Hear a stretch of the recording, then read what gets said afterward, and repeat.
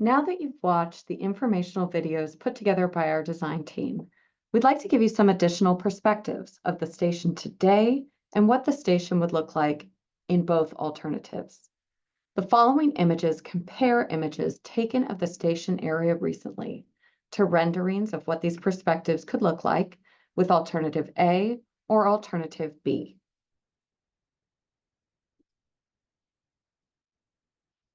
This is the view looking southwest across Cahill Street toward the historic station building. In alternative A, the tracks are level. The historic station would be elevated and connect to the station concourse underneath the tracks. In alternative B, the station's original structure is maintained with modern renovations to the interior. The concourse connects on the other side.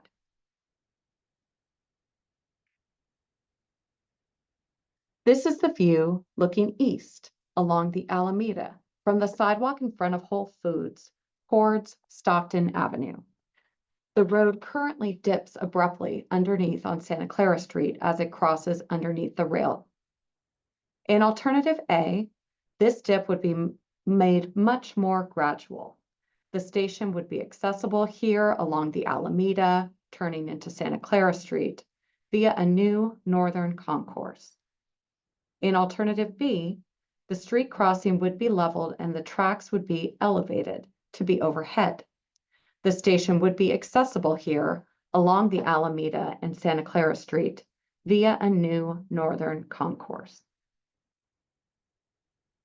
This is the view looking south from the SAP Center along Cahill Street toward Diridon Station. Currently, the station has a large parking lot here. In alternative A, this area would be converted into a plaza, which will gradually slope or decline from where BART passengers come up from the station and into the Diridon concourse. In alternative B, the parking lot would be converted into a plaza that leads from the BART station to the station concourse. This is the view looking northeast from the center platforms at Diridon Station toward the historic station building. Today, the pathway beneath the tracks has narrow ramps that lead you to the tracks level. In alternative A, stairs would take you from an open concourse area beneath the tracks to a sprawling track plaza.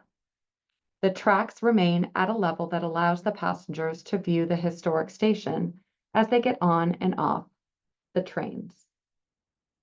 In alternative B, the track platform is elevated above the concourse at ground level. The historic station would not be in sight as the tracks rise above the building. This is the view looking north toward the main entrance of Diridon Station from San Fernando Street.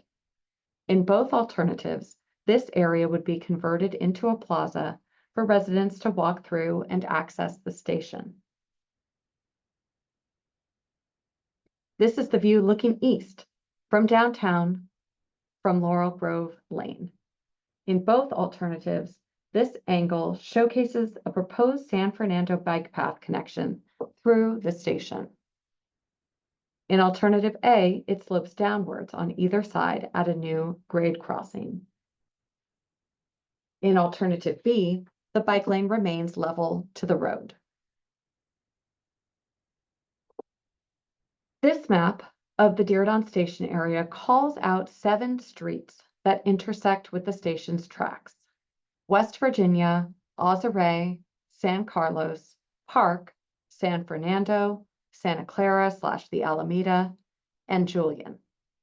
The diagram below the map is a simplified version of what currently exists at these intersections.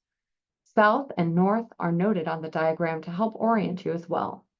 You'll see the diagram of today's street conditions compared to the diagrams of alternatives A and B. On those diagrams, pink shading implies a change to the street.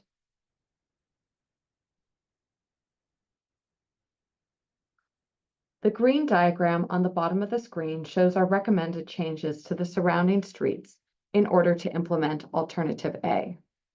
Our recommendations are based on available space, existing traffic volumes, and predicted traffic volumes. Our recommendations are also informed by our project goals, one of which is to create safe, train-separated communities that aren't cut off from other modes of transportation and access. Pink shading on the diagram implies a change to the street.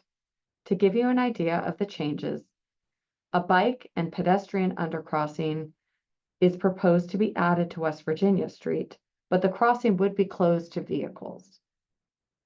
A new underpass would be created at Ozare Avenue under the rail.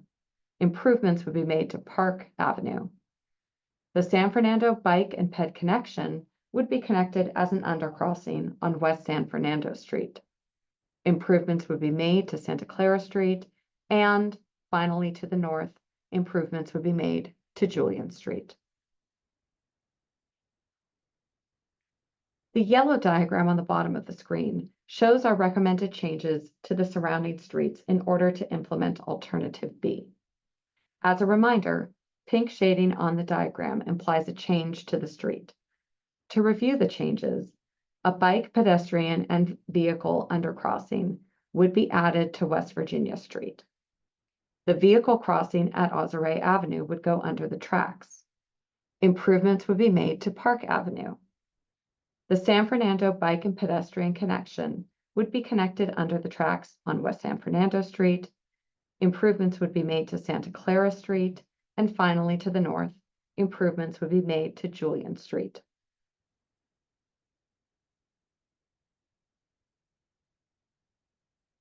We now want to hear from you.